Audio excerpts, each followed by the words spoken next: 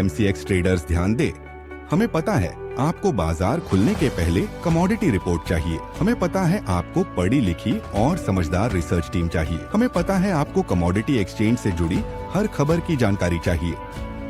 हमें आपकी जरूरत पता है। क्या आपको हमारा नंबर पता है? कमोडिटी ट्रेडिंग सिर्फ कमोडिटी समाचार के साथ। Investments in securities market are subject to market risks. Read all the related documents carefully before investing. क्या बुलियन मार्केट इन दिनों किसी दबाव में है जो सीधी बढ़त के बीच गिर जाता है, या डोनाल्ड ट्रंप के बयानों ने कभी बढ़त को रोका तो कभी गोल्ड सिल्वर के प्राइस को उछलने में मदद की? ट्रंप ने ईरान के साथ जहां फिर से बातचीत की बात कही है, वहीं रूस यूक्रेन जंग को रुकवाने के प्रयास भी जारी हैं। इस बीच आज अमेरिका में महंगाई के डेटा सहित अनेक अहम डेटा आएंगे जो बाजार के सेंटीमेंट को प्रभावित करेंगे। गोल्ड और सिल्वर मार्केट के ताजा हालात पर बात करेंगे मोतीलाल ओसवाल फाइनेंशियल सर्विसेज के रिसर्च एनालिस्ट मानव मोदी से। मैं हूं कमल शर्मा। मानव जी, आपका स्वागत है मोलतोल में। मानव जी, आज यूएस कोर पीसीआई जी नमस्कार। मानव जी, आज US core PCI price index, consumer sentiment और महंगाई के डेटा आएंगे। बाजार को क्या उम्मीद है इनसे, और बुलियन बाजार पर आप क्या असर देखते हैं इन डेटा का? जी बिल्कुल कमल जी, जैसे आपने सही फरमाया कि इन्फ्लेशन नंबर है, महंगाई का नंबर है आज। पिछले कुछ हफ्तों में हमने सीपीआई और पीपीआई डेटा भी आता हुआ देखा, जहां वो नंबर्स हमने बिल्कुल लोअर देन एक्सपेक्टेशन देखे। ये उम्मीद बताता है कि महंगाई थोड़ी कम हो रही है। जो यूएस का सेंट्रल बैंक चाह रहा है इतने समय से, वो आखिरकार हो रहा है। उनके 2% टारगेट रेट के आसपास आ रही है महंगाई। लेकिन आज का जो नंबर है वो फेड का बेंचमार्क इन्फ्लेशन डेटा है। तो अगर पीसी और कोर पीसी डेटा एक्सपेक्टेशन के नजदीक आते हैं, 2% के आसपास आते हैं, तो मेरे ख्याल से बिल्कुल यही माना जाएगा कि महंगाई थोड़ी कंट्रोल में है। जो उन्होंने अब तक डिसीजंस लिए वो उनके लिए सही साबित हो रहे हैं। तो आप अगर देखेंगे तो एक्सपेक्टेशंस कोर पीसी की 0.1% से बढ़ने की उम्मीद है मंथली बेसिस पे। हालांकि पीसी प्राइस इंडेक्स 0.1% से घटने की उम्मीद है, 2.2% पे आने की संभावना है।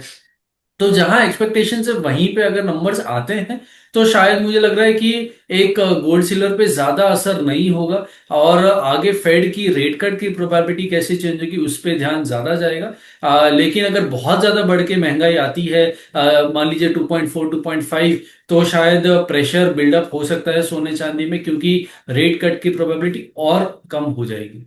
जी मानव जी, जिस तरह से फेड के चेयरमैन पावेल ने जो बातें कही है पिछले दिनों, उनसे ऐसा नहीं लगता कि शायद फेड रेट कट के लिए बहुत जल्दीबाजी दिखाएगा, और कहीं ऐसा ना हो कि जो पहले 2 कट की बात चल रही थी वो शायद 1 कट पे रह जाए 2025 में। आप क्या सोचते हैं? जी बिल्कुल, मेरे ख्याल से कमल जी, आप पॉवेल के लास्ट मंथ के फेड मीटिंग को देख लीजिए, या कुछ दिनों पहले जो मीटिंग मिनट्स है उनको भी अगर आप पढ़ेंगे तो सारे ऑफिशियल्स की एक ही स्वर में यही आवाज है कि हम डेटा डिपेंडेंट है, वेट एंड वॉच अप्रोच रखना चाहते हैं। जब तक उनको विश्वास नहीं होगा कि जितने भी डेटा है, या इकोनॉमी बहुत खराब हो रही है या इन्फ्लेशन अपने टारगेट पे आ गया है, तब तक वो रेट कट की कोई भी दबाव में अनाउंसमेंट नहीं करेंगे। और यही हमें दिख रहा है कि प्रेसिडेंट ट्रंप के दबाव के बावजूद पॉवेल ने रेट कट नहीं किया है। तो बिल्कुल हम दिसंबर या जनवरी के शुरुआत से 2025 में 3 रेट कट के एक्सपेक्टेशन से शुरू की थी, और अब सिर्फ 1 रेट कट रह गया है। बहुत लोग ये उम्मीद कर रहे हैं, तो बिल्कुल हम 1 रेट कट की उम्मीद रख सकते हैं। लेकिन अगर यही हाल रहा, इकोनॉमी ठीक ठाक रही, हालांकि जीडीपी कल के नंबर देख के तो नहीं लग रहा है, लेकिन अगर इकोनॉमी सस्टेन कर जाती है तो शायद नो रेट कट वाला सिनेरियो भी ये साल हो सकता है। जी, जो चलिए हम ये माने 1 रेट कट होगी या 2 कट होगी, और इकोनॉमी की जो टोटल कंडीशन है, जिस तरह के डेटा है, मानो जी उसमें बुलियन मार्केट की आप क्या दिशा देखते हैं इस साल के लिए? मेरे ख्याल से बिल्कुल, आप अगर पहले सोने की अगर मैं बात करूं तो सोने में दबाव बिल्कुल है, क्योंकि उसके कारण आप अगर समझे पहले 3 महीने में 2025 के पूरा रिस्क प्रीमियम था, सब डरे हुए थे कि टैरिफ कैसे असर करेगा, कैसे अपने महंगाई को असर करेगा, कैसे ग्रोथ पे इम्पैक्ट करेगा। ये सारे एंटीसिपेशन में एक इनहेरेंट रिस्क बढ़ गया सोने में, और इस रिस्क प्रीमियम के चलते सोने में हमने जो एक बहुत बड़ी रैली देखी 30-32% की। लेकिन जैसे ही वो 90 दिन का ब्रीदर अनाउंस किया प्रेसिडेंट ट्रंप ने, चाइना पे थोड़ी नरमी दिखाई, तो पूरा जो रिस्क प्रीमियम था वो धीरे धीरे उतरने लगा। आज हम $3500 से $3280 $3250 तक उतर चुके हैं। बिल्कुल। तो ये दबाव जब तक क्लैरिटी नहीं आती है तब तक मुझे लग रहा है ये दबाव रहेगा। लेकिन आने वाले समय में आप जीडीपी नंबर्स देख लीजिए, 0% के आसपास ही आ रहे हैं। इन्फ्लेशन नंबर्स बिल्कुल आज पता चलेगा, लेकिन टारगेट के आसपास है। ट्रेड डील, ट्रेड वॉर का कितना असर आप लैगिंग वे में देखेंगे, प्लस सेंट्रल बैंक भी बाइंग कर रही है। तो काफी सारे मुद्दे हैं जो सोने को अभी भी सपोर्ट दे रहे हैं या आगे दे सकते हैं। तो शायद नीचे में और मौके मिल सकते हैं बाइंग करने के लिए, लेकिन लंबे समय के लिए, 1 साल के लिए ओवरऑल ध्यान बाई का बढ़ता है। सिमिलरली चांदी की अगर हम बात करें, जी चांदी ने ना ज्यादा गिरावट देखी ना ज्यादा बढ़ोतरी देखी सोने के कंपेरिटिव में। हालांकि चांदी ज्यादा वोलेटाइल कमोडिटी मानी जाती है, लेकिन सोना आजकल काफी ज्यादा वोलेटाइल हो गया है। तो मेरे ख्याल से कंसोलिडेट कर रहे हैं रेंज में। तो जब तक कुछ लेवल नहीं ब्रेक हो रहे नीचे में डोमेस्टिक फ्रंट पे, तब तक मेरे ख्याल से ओवरऑल ध्यान बाय का ही होना चाहिए। चांदी में एक अच्छी रैली पेंडिंग है जो शायद आने वाले समय में आ सकती है। जी। और 2025 के शुरुआत से अगर हम देखें मानव जी, तो कुछ डेटा अच्छा है, कुछ डेटा खराब है। लेकिन अमेरिकी राष्ट्रपति के बयान हर रोज आ रहे हैं, वे बयानों से पलट भी जाते हैं बहुत जल्दी। तो क्या यही वजह है कि गोल्ड हर गिरावट से ऊपर उठ जाता है और इसमें इनफ्लो लगातार बढ़ रहा है? जी बिल्कुल। आपने सही कहा कि हर बार जो डिसीजंस चेंज हो रहे हैं, जैसे ये हफ्ते की बात करें तो हफ्ते की शुरुआत हुई टैरिफ, जो यूएस कोर्ट ने एक मना किया, रेसिड किया कि जितने भी प्रेसिडेंट ट्रम्प ने अनाउंसमेंट किए टैरिफ को लेके वो गलत है। लेकिन दूसरे तीसरे दिन ही ये कोर्ट के डिसीजंस में भी विवाद उठने लगे, चर्चा होने लगी। तो कहीं ना कहीं बिल्कुल मार्केट को ये उम्मीद है कि अनसर्टेनिटी रहेगी। काफी ज्यादा रिस्क प्रीमियम बढ़ गया था, वो ईज ऑफ हो रहा है। अगली रैली की शुरुआत है, लेकिन मेरे ख्याल से बिल्कुल ये एक हेल्दी करेक्शन है। बायर्स को तैयार रहना चाहिए। जी। तो इसका मतलब सीधा ये है कि गोल्ड सिल्वर में पैसा बिंदास होकर लगाते रहें। जी बिल्कुल। डिप का वेट होना चाहिए। हर डिप स्टैगर्ड वे में आप करें तो बेहतर है। जैसे मैंने कहा कि चांदी में तो इतनी ज्यादा गिरावट भी नहीं आई है। तो जब तक ऑल इन कमोडिटीज में सेल ऑफ नहीं आता तब तक मेरे ख्याल से चांदी में भी कोई ऐसी दिक्कत नहीं है। ओवरऑल फंडामेंटल स्ट्रांग है।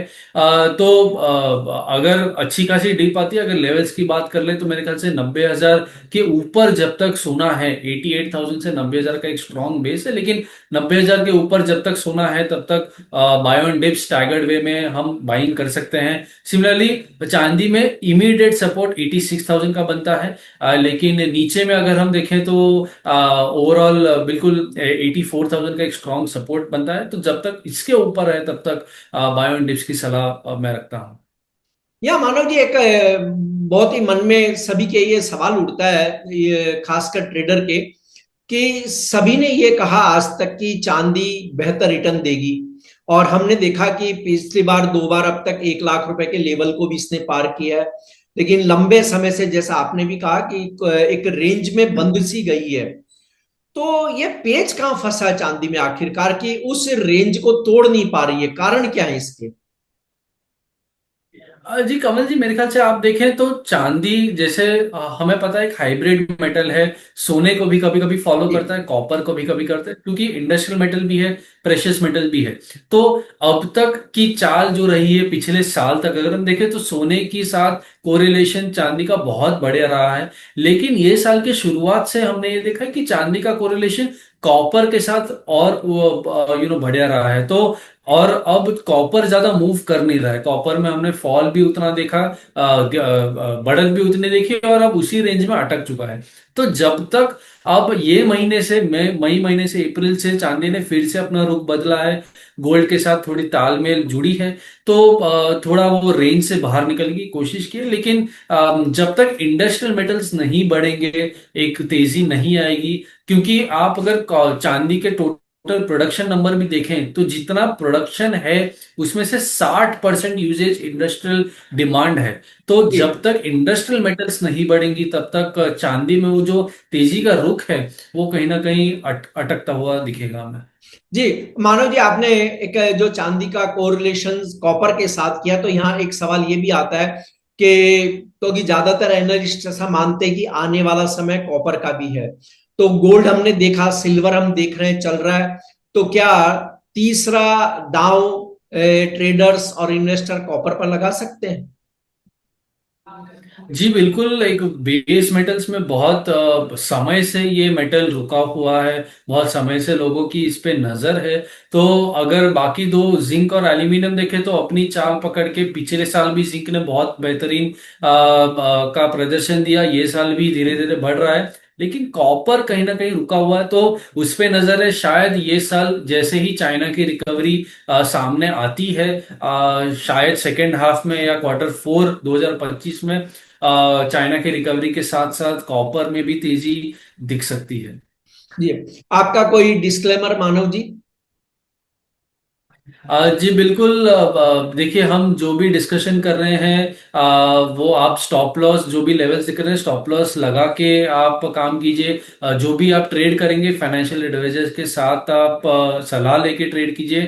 ये एक बिजनेस कॉल्स हम एक डिस्कशंस कर रहे हैं, लेकिन फाइनेंशियल एडवाइजर्स की राय लेके ही आप आपके पोर्टफोलियो में ट्रेड कीजिए। आपका धन्यवाद, शुक्रिया मानव जी।